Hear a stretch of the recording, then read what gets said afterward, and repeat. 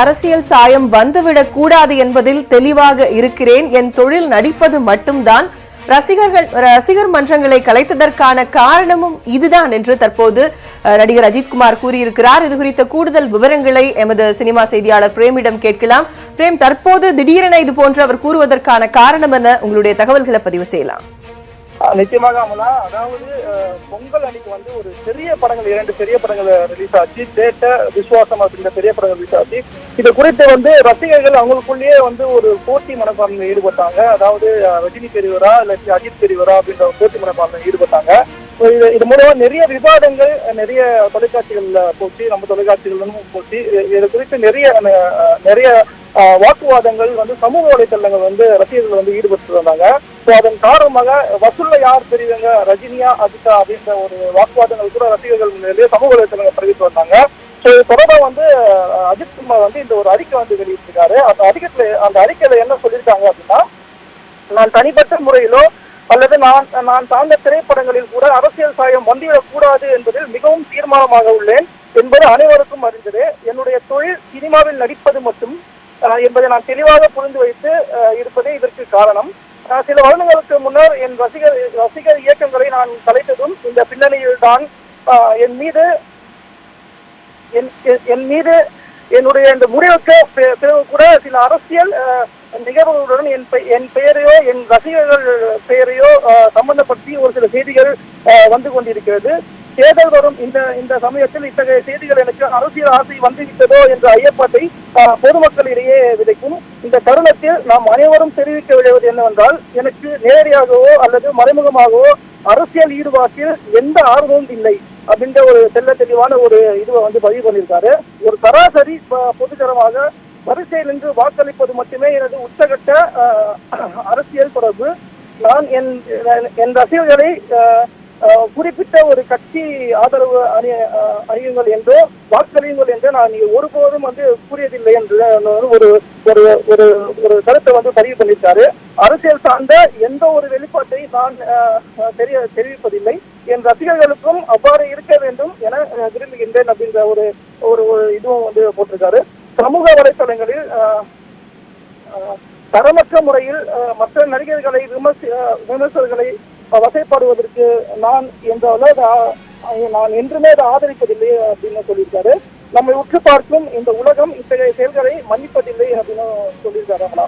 அதாவது அரசியலில் எனக்கும் தனிப்பட்ட விருப்பு வெறுப்பு உண்டு. அதை நான் யார் மீதும் திணிப்பதில்லை. மற்றவர்கள் கருத்தை என் மேல் திணிக்க விட்டதும் இல்லை. என் ரசிகர்களிடம் இதையேதான் நான் எதிர்பார்க்கிறேன். உங்கள் அரசியல் கருத்து உங்களுடையதாக இருக்கட்டும். என் பெயரோ என் புகைப்படமோ எந்த ஒரு அரசியல் நிகழ்விலும் இடம்பெறுவதை நான் சற்றும் விரும்புவதில்லை அப்படின்னு ஆணித்தரமாக இந்த அறிக்கையில் அவர் சொல்லியிருக்காரு. அதாவது எனது ரசிகர்களிடம் எனது வேண்டுகோள் என்னவென்றால், நான் உங்களிடம் எதிர்பார்ப்பது எல்லாம் மாணவர்கள் தங்களது கல்வியில் கவனம் செலுத்துவதும் தொழில் மற்றும் பணியில் உள்ளவே தங்களது கடமையை செய்வதும் அப்படின்ற மாதிரி சொல்லியிருக்காரு.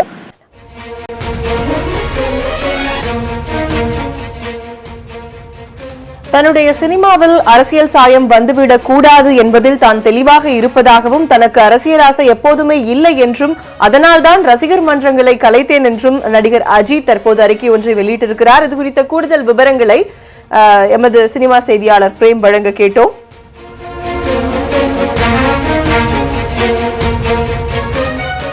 கடந்த சில வருடங்களாகவே பொது நிகழ்ச்சிகளில் கலந்து கொள்வதை, இதுபோன்ற பேட்டிகள் கொடுப்பதை தவிர்த்து வந்த அஜித் தற்போது இந்த கருத்தை வெளியிட்டிருக்கிறார்.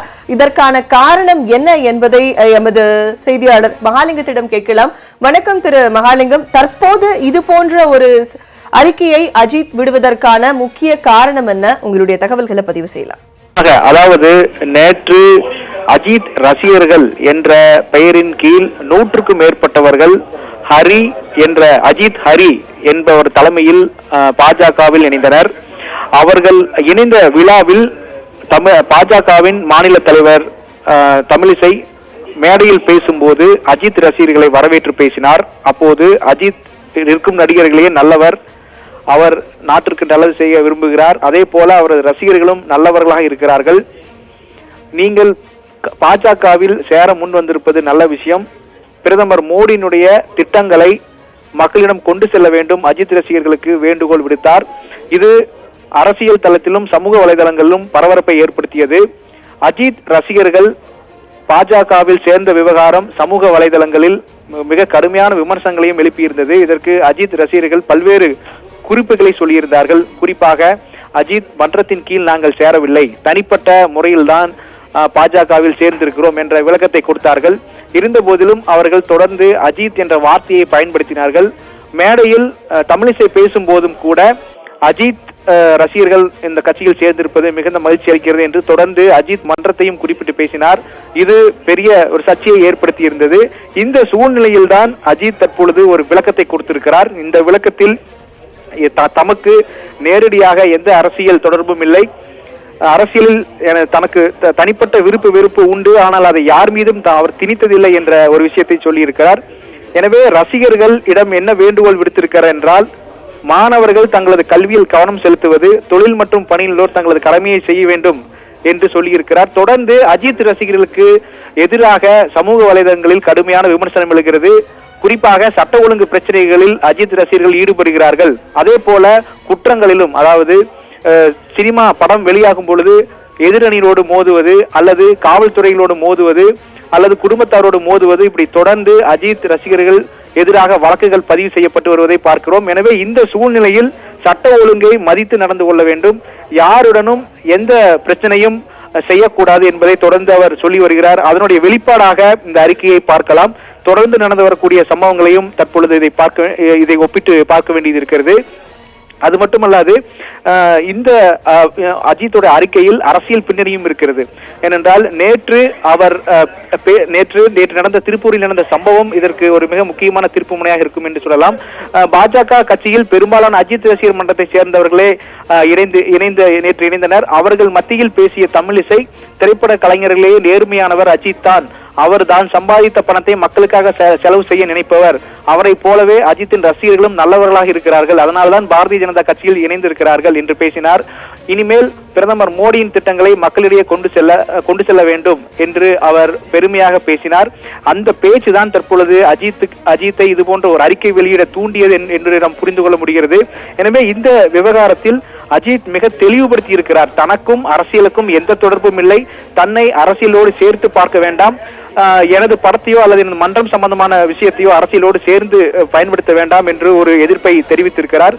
தொழில் முறையாக தான் ஒரு சினிமாவில் நடிக்க வந்திருக்கக்கூடிய ஒரு நடிகன் என்று மிக தெளிவாக சொல்லியிருக்கிறார். அரசியல் சார்ந்த எந்த ஒரு வெளிப்பாட்டையும் நான் தெரிவிக்கவில்லை என்று அஜித் தரப்பில் ஒரு விளக்கமாக இந்த அறிக்கையை பார்க்க முடிகிறது.